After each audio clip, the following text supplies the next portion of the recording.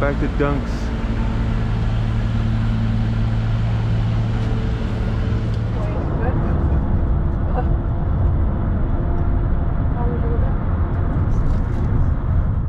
Well, is there like an old folks place or anything? Oh, that's cute. Turn left onto Holyoke Square, then turn right onto Norman There's Street. Duncan.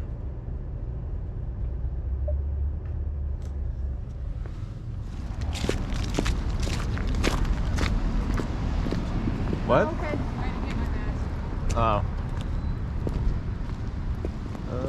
We're good. This is a cute little town. It is cute. This feels very picturesque New England to me. Yeah. You have a mask? You got one? Yep. Sarah didn't bring one. And the little place we just walked to, yeah.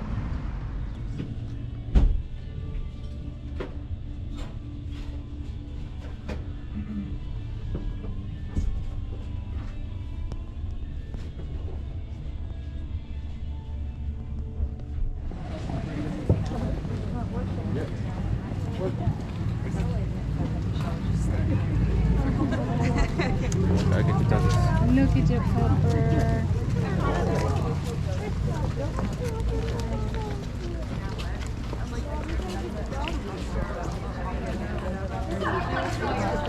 Used to be the first church of Salem, but it wasn't this brick and mortar location. The first church of Salem used to be a single room wooden building where the Puritans would go and spend 8-hour-long sermons there.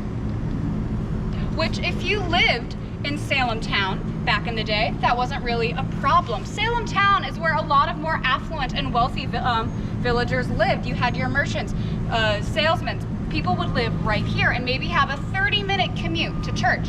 But if you lived over 5 miles that way, in a town we now call Danvers, you might have as long as a 3-hour-long commute to go to church. And church was a way of life for the Puritans. If you failed to go to church, that would be cause for suspicion, and you might even get accused of witchcraft, as was the case of Sarah Osborne, an older woman who physically couldn't make it to church as frequently as everybody else.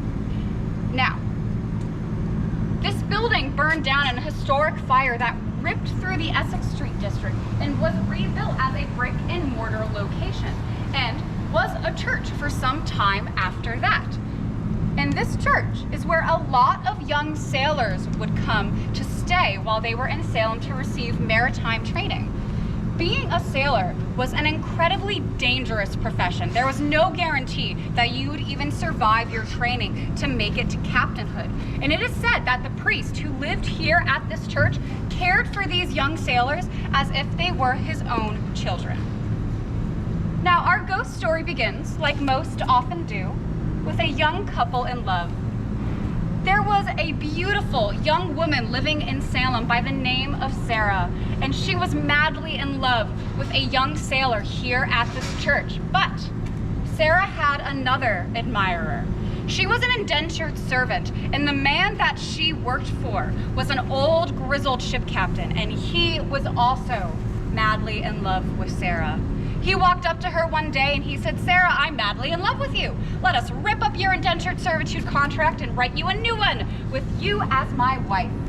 Sarah says, "Thanks, but no thanks, for I am in love with another, a young sailor here in Salem." The ship captain says, "Well, I'd very much like to meet this young man," and Sarah, being 17 and full of hope and a little bit of naivete, says, "Absolutely, I will introduce you to my beloved." So the three of them meet. Ship captain says, "Oh my goodness, go forth and be happy." No, the ship captain forbids the two young couple from ever seeing each other again. And he tells Sarah, "I am about to leave on a month-long ship journey. And when I return, you better be ready to be my wife." Teenagers always do what they are told. This is well documented. And these two teenagers hatched a plan. They decided that they would get married in secret. So by the time the ship captain returned from his journey, they would be happily married and long gone out of Salem. And The priest here at this church, he saw how in love this young couple was, and he agreed to help them. He would ordain the ceremony. They decided that very night they would meet here in this alleyway for their secret marriage plan. So night comes and they all meet here. Sarah wearing a beautiful pale blue dress and the sailor in his finest Sunday dress. They hold hands and the ceremony begins. Now, unfortunately for the young couple, the old ship captain was very good at his job, and he knew how to read the sea and the sky, and saw there was a storm brewing that night. So he decided to leave his ship docked in Salem and would depart the next morning. He's walking up Essex Street when he hears a familiar voice.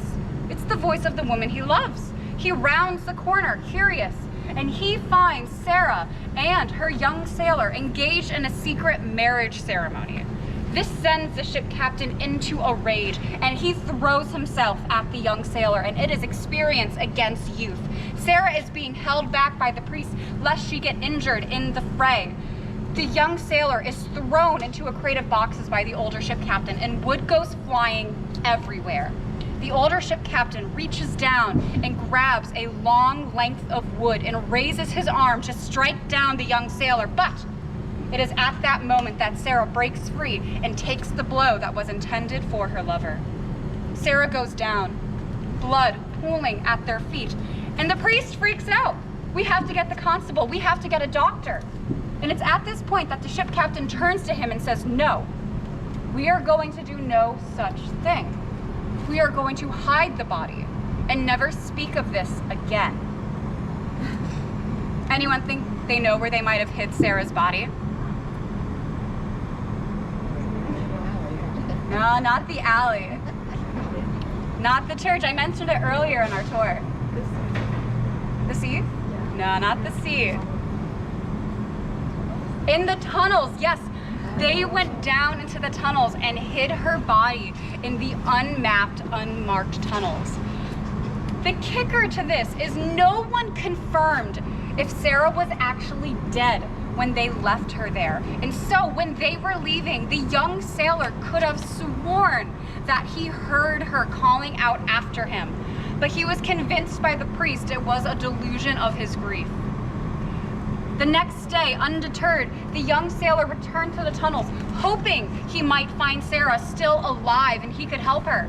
Unfortunately, he wandered the tunnels for 3 days, hopelessly lost, until by a stroke of luck, he found his way out of the tunnels.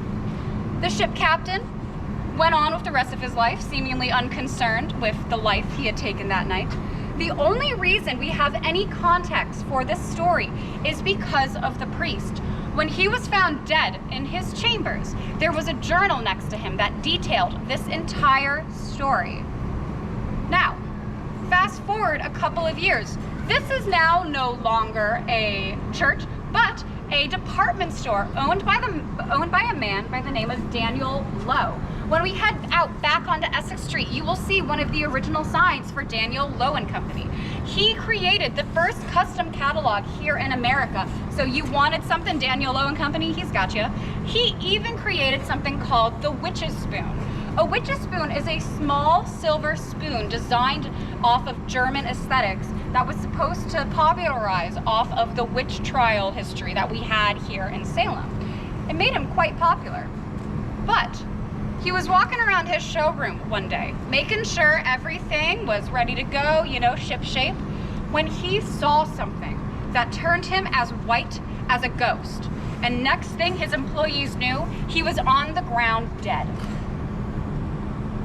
So whatever he saw in his showroom definitely scared him to death. Fast forward a couple more years, no longer a department store, no longer a church. This is now a restaurant called Rockefellers, and it is pretty tasty if anyone is looking for a bite to eat after the tour. Strange things have happened in Rockefellers over the years, however, so eat at your own discretion.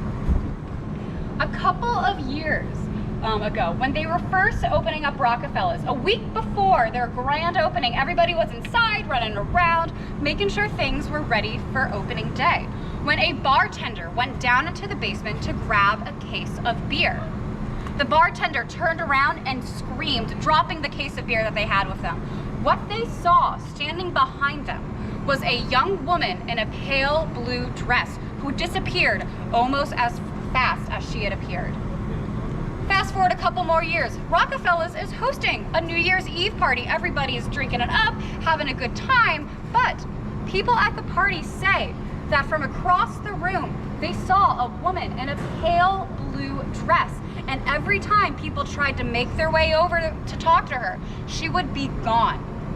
There are rumors that there are pictures that exist from this party, and in those photos, there is a woman in a pale blue dress who seemingly appeared out of nowhere, for she was not in shot at the time the picture was taken.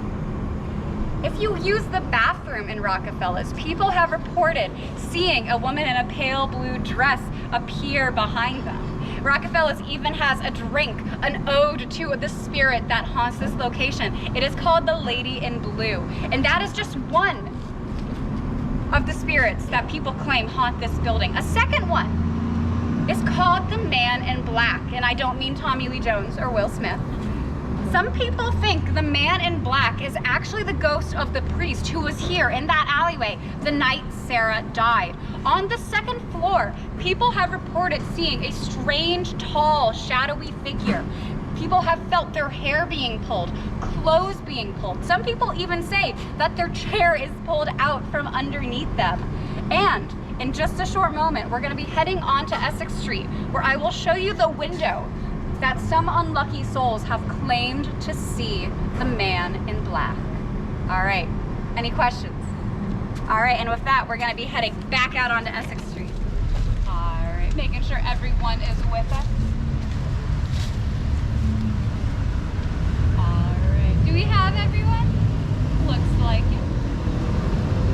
All right, so, can everyone hear me okay? All right, if you guys look behind you, right above the Rockefellers awning, there is yet another sign for Daniel Lowe and Company. But if you are looking to see the Man in Black, people claim that if you look at the tallest window on the far left side, you might even see him now. A bunch of locals have taken on this ghost story and took the liberty of putting a Michael Myers mask up there to, you know, enchant our tourists. These ghost stories, I'll wait for that car to pass. The ghost stories here at Rockefellers have gained so much attention over the years that History Channel even sent a team of paranormal investigators here at one point, where they conducted some readings down in the basement. Anyone familiar with Ghost Adventures or BuzzFeed Unsolved? Yeah. If you are not familiar with paranormal investigations, there is a device called a spirit box that is commonly used. And a spirit box is a machine that will run through a bunch of radio frequencies at a really fast rate. The idea being, if there is any kind of residual spiritual energy in the area, they can utilize those radio frequencies and speak with us here on the land of the living. Now, the History Channel's paranormal team found 3 words come out of their spirit box investigation. And those words were Sarah, struck, and buried. I don't know if I'm superstitious, but it certainly pays to be so here in Salem. Now, we are going to be crossing the street in just a few short moments. I see the Sanderson systems are over there, so be careful, y'all. Oh, do you need your picture?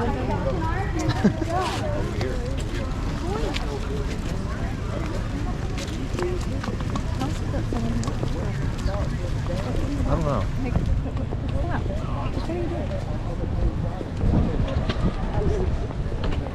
Who lit the black stick candle?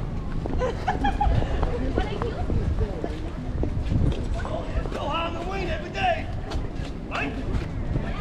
Alrighty, folks, gather around, gather around. This lady might look familiar to some of y'all. Does anyone think they know who this lovely lady is? Bewitched. It is, yes!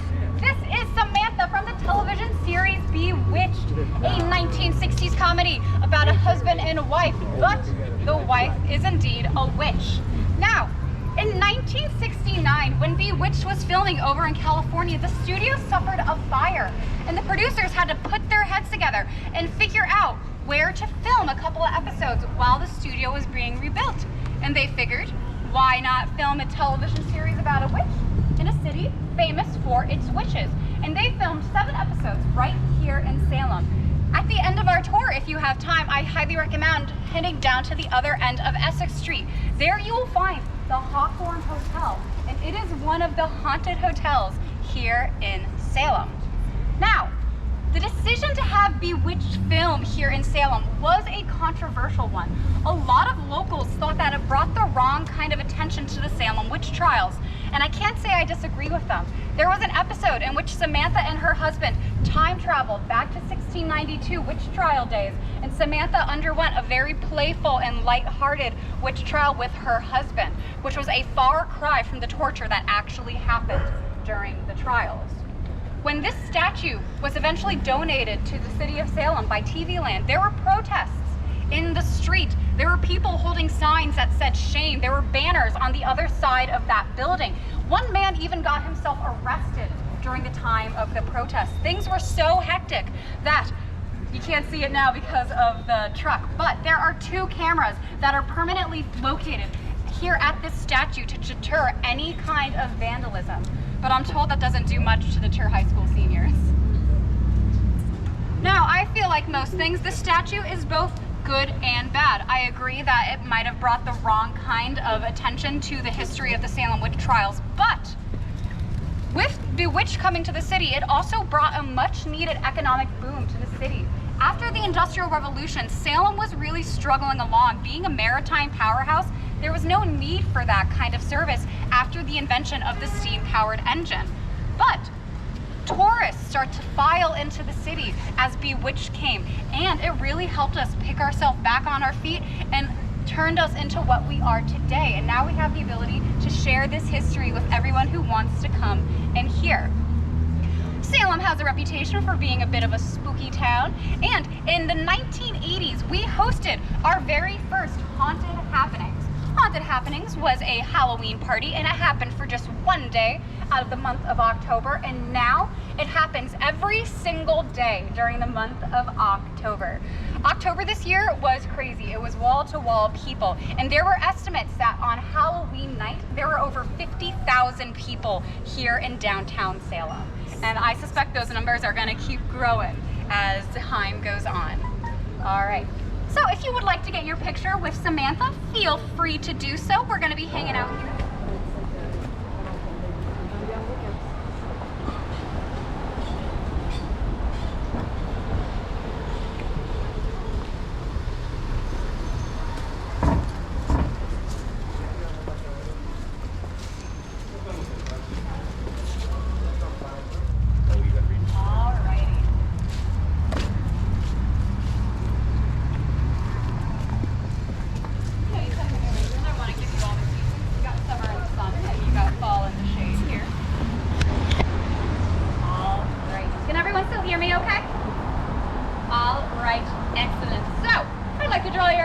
To this house behind y'all. This is called the Witch House or the Corwin House, and it is the last standing effigy we have here in Salem to the witch trials that was actually there during the time of the trials. At one point, we thought it was built sometime in the 1670s, but carbon dating has later suggested that it was built as early as 1642. In the 1970s here in Salem, they actually wanted to tear down the witch house to make way for more modern infrastructure. But the city rallied behind the house and said, no, we have to save this for future generations to learn our history. Before we dive into the witch trials, I'd like to draw your attention to the architecture of this house. This house is a prime example of Puritan architecture, and it displays a lot of the tools they used to survive these long New England winters. Is there anything right off the bat that people notice? The chimney, yes, the large chimney that leads into the center of the house and keeps it warm during those cold New England nights. Anything else that you guys notice? What?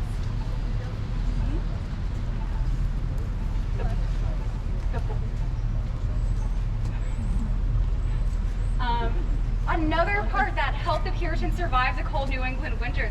Does everyone see all of those steeple roofs? If anyone has ever done a winter where there's a ton of ice and snow, if you let snow and ice pile up and pile up and pile up onto a flat roof, it could eventually cause a collapse, which might injure or kill the people inside. All of these architectural features that the witch house sports were things that the Puritans learned the hard way. They unfortunately lost a lot of people before they figured out how to make houses that would keep them alive and last. Another thing, those small windows. The Puritans knew that they wanted to get as much natural light as they could, but large windows meant that in those cold New England nights, heat would leave the building. So pair those small windows with some heavy curtains, and you got yourself a pretty elegant solution. And for a double whammy, pair it with a dark color, and it will retain heat longer. Puritans knew that warmer colors would absorb the heat from those short New England days, utilizing the sun as effectively as they could. All right. If you guys look into the windows, you will see that iron cross hatching. That iron cross hatching is not there for any kind of architectural purpose. That is there so the occupants of this house could tell the rest of their neighbors how rich they were. If you had the means to acquire iron, have it made into a usable, workable form, and then custom fitted into your house, then, oh baby, you had money to burn. When we get closer to the house, you will see the door. There are iron nails inlaid into the door. It's been painted over, so it might be a little tricky to see, but they're there, I promise you. And some people thought that those iron nails were there to ward off evil or witches. Not true. They were there so the occupants of this house could flex on the rest of their neighbors as to how much money they had. This is called the witch house, not because any witches lived here. A family called the Corwins lived here, and there are two major players of the witch trial that came from the Corwin family. One of them being Jonathan Corwin, a judge during the time of the trial, and his son, George Corwin, a sheriff who enjoyed his job of torturing people way too much. Jonathan Corwin was a part of a court called Oyer and Terminer. And Oyer and Terminer was the poster child for miscarriages of justice. I'm gonna wait for that bus to pass. During the time of the trials, Oyer and Terminer allowed something called spectral evidence to be admissible in court. And spectral evidence could be as baseless as I saw Sarah Clark flying through the air on her broomstick last night, to the accused is burning me from all the way across the room.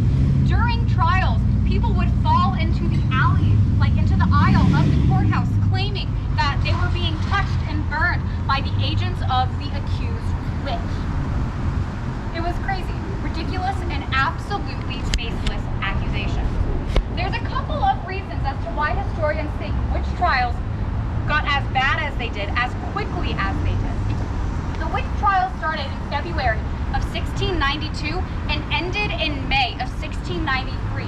And during that time, we started by executing one person at a time to executing 8 people at a single time. A couple of the reasons that we think are, we were exiting something called a little ice age as a globe. And there were some of the coldest winters on record happening here in Salem.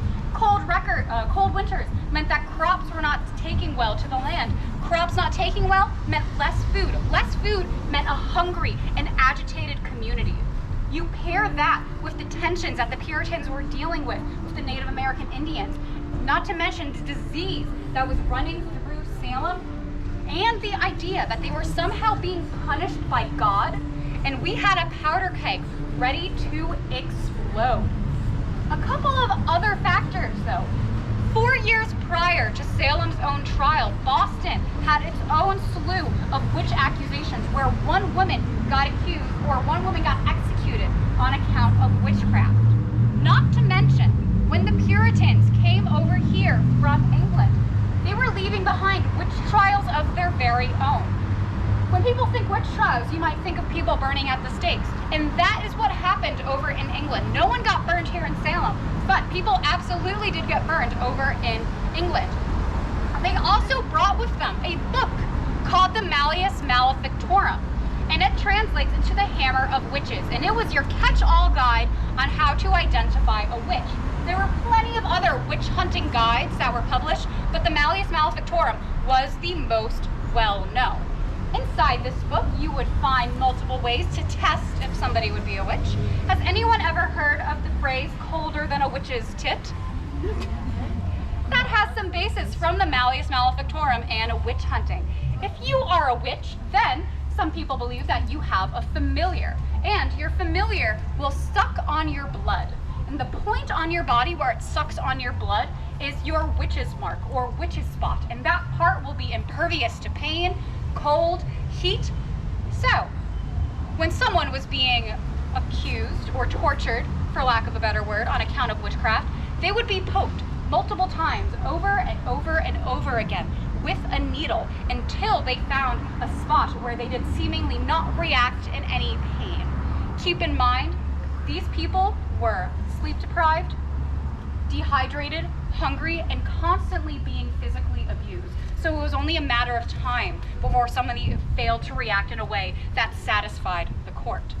Another method that they used to identify a witch, some of you might be familiar with this if you've seen Monty Python and the Holy Grail. If you tie somebody up and throw them in a body of water, if they sink, they are a human, and if they float, they are a witch. This idea comes from the fact that if you were baptized in holy water, then the water would accept you as one of your own, and if you were a witch, it would literally try and spit you out and repel you out of the water, which makes no sense if you didn't baptize the body of water before you tested the witch. But like I said, hysteria and baseless accusations was the name of the game during witch trials, Salem included. Now, we're gonna head over, take some pictures of the witch house, and then we're gonna get started on our tour. Or not get started, we're already in our tour. We're gonna continue onward. There we go. Okay, well, we need to get up in the same direction.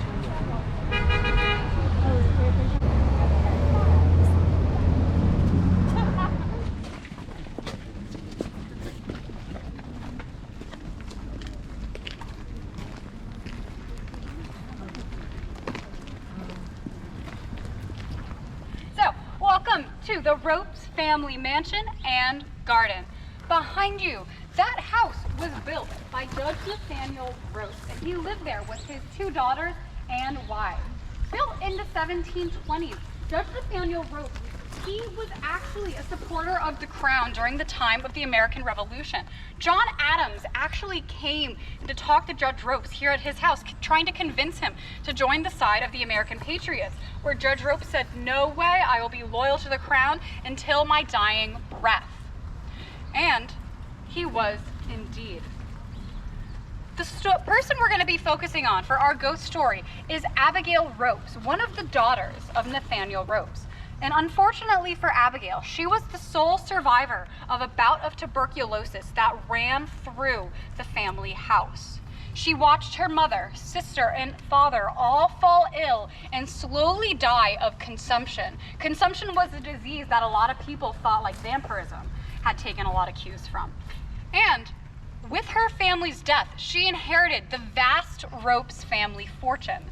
This made her an incredibly eligible bachelorette, and every time she left the house, she would get accosted with all kinds of marriage proposals.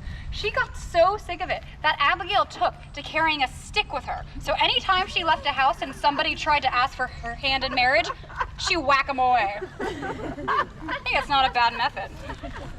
Unfortunately though, this behavior followed Abigail back into her home. Abigail was a abusive and rude person. It was said that she threw things, screamed at the servants, yelled them, hit them. And it became such a commonplace for Abigail to wake up in the middle of the night screaming from night terrors that the one time she actually needed help, none arrived. One cold New England night, Abigail was in her room and her fire had started to die down. She got up out of bed and took a poker trying to stoke the flames. A couple of embers fell out and caught on the bottom of her long bedclothes. The fires start to catch and Abigail panics. Rather than stop, dropping, and rolling like we all know how to do, Abigail runs around the room, which only stokes the flames. In a last-ditch effort, she throws herself onto her bed, which causes the entire bed to catch flame. Abigail is screaming, but because screaming is so normal for the servants to hear at weird hours of the night, they think nothing of it until they start to smell the smoke.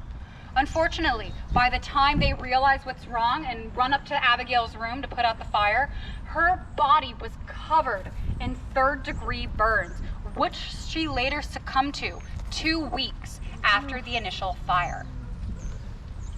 Since then, there have been strange happenings that people have seen here at the Ropes mansion.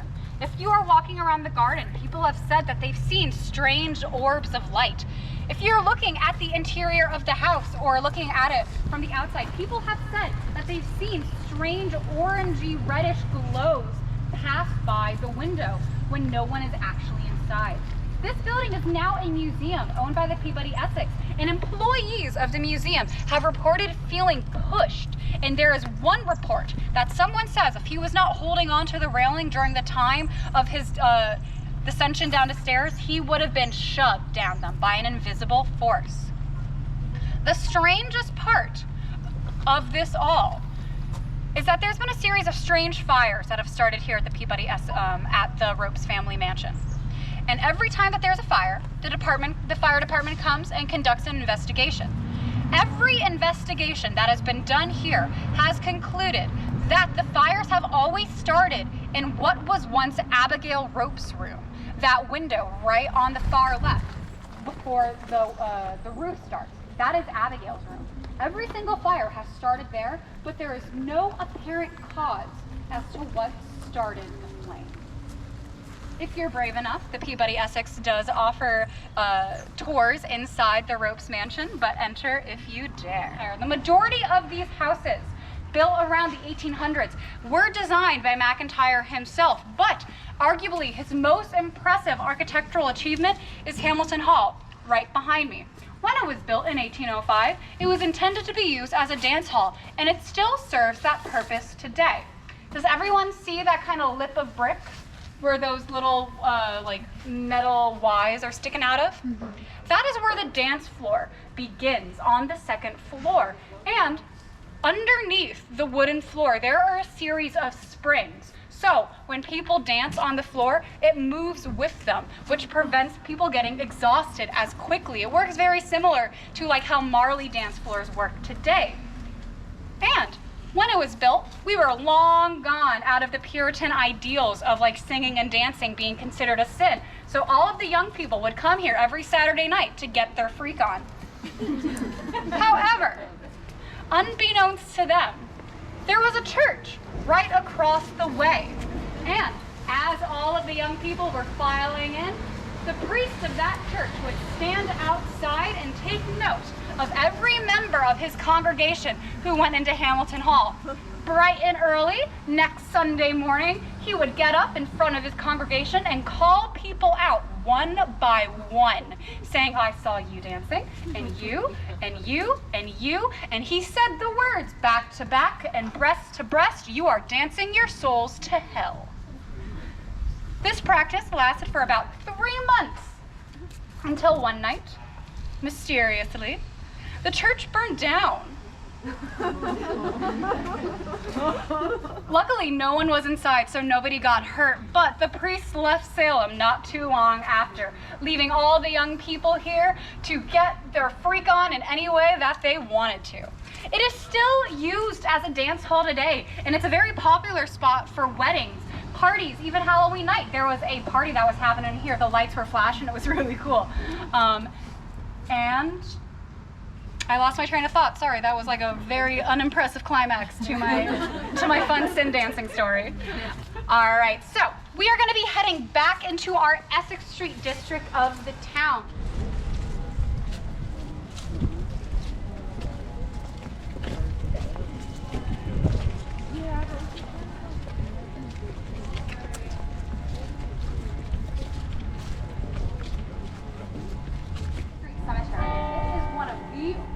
Cemeteries here in New England. Somebody from the Mayflower is buried here in this cemetery. But that's not why it's important to the witch trial history here in Salem. There are 2 judges that are also buried here in this cemetery. This cemetery looks out into the witch trial memorial, and it is the closest thing to a proper burial that the victims of the trials have. After they were executed, their bodies were either left on the gallows or thrown into shallow graves. Because they were convicted witches, they could not be buried in consecrated ground. There is one person out of the trials who was taken by her family and then buried on their own family plot. 19 people died by way of hanging during the time of the trials, and Giles Corey was the one who was pressed to death for a total death count of 20 people. Historians theorize that many more lives could have been claimed due to the hysteria of the witch trials if it weren't for one accusation. When the governor of Massachusetts' wife got accused of witchcraft, that is when he stepped in and came up to Salem personally. He disbanded the court of Oyer and Terminer in March of 1693. No longer allowed spectral evidence as admissible in court, and freed everybody who was in Salem jail during the time of the trials. However, a more insidious part of this, if you were in Salem jail during the time of the trials, you had to work back your time there. You had to pay for the roof over your head, the food that you ate. You even had to pay for the iron shackles that kept you in your cell. And this was true for every prisoner, including 4-year-old Dorothy Good, the daughter of Sarah Good.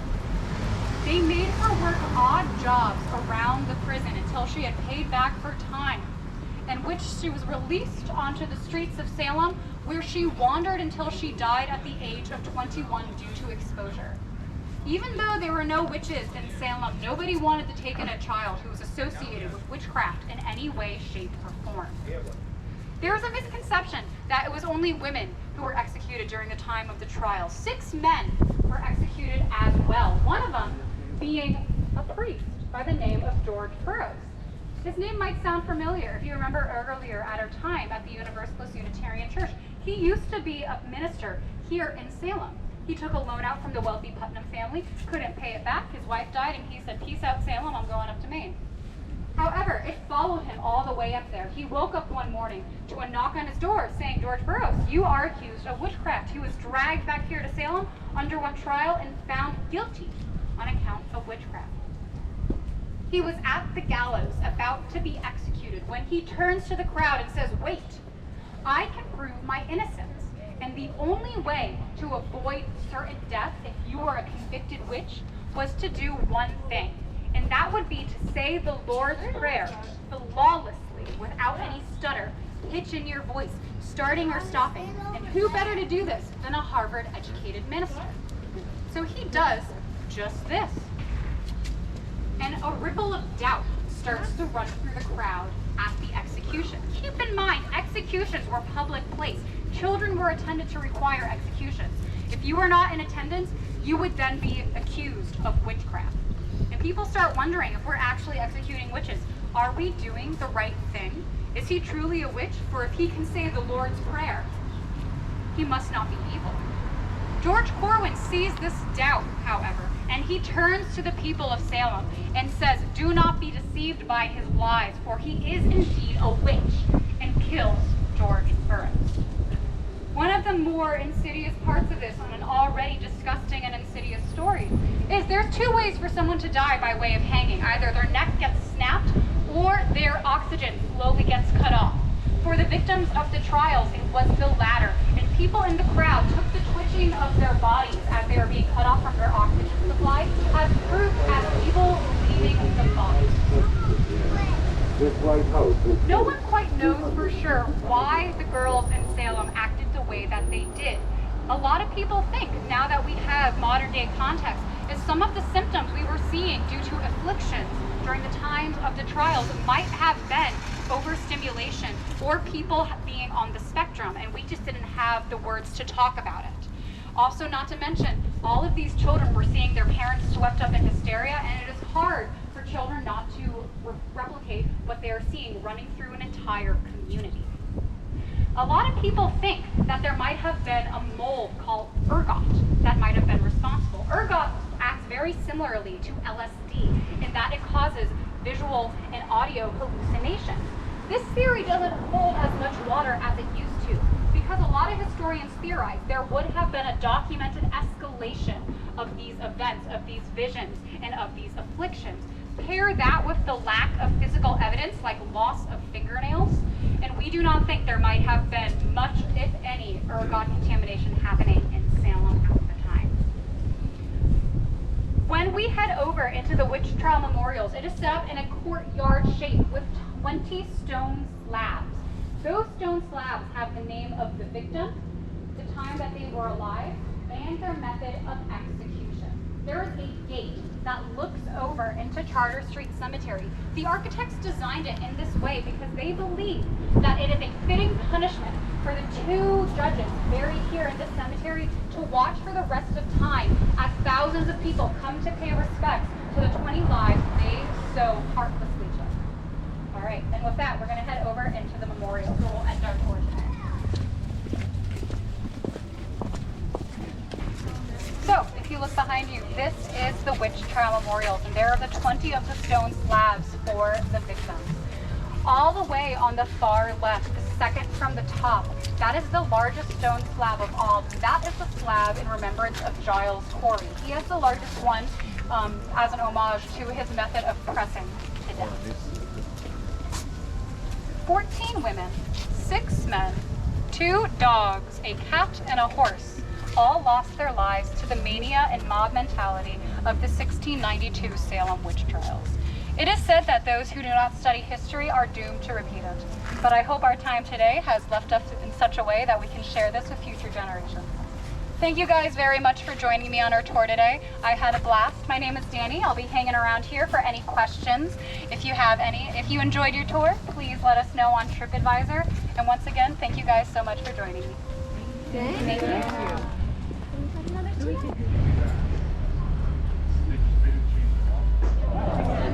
Hi, how are you? Fan of dogs?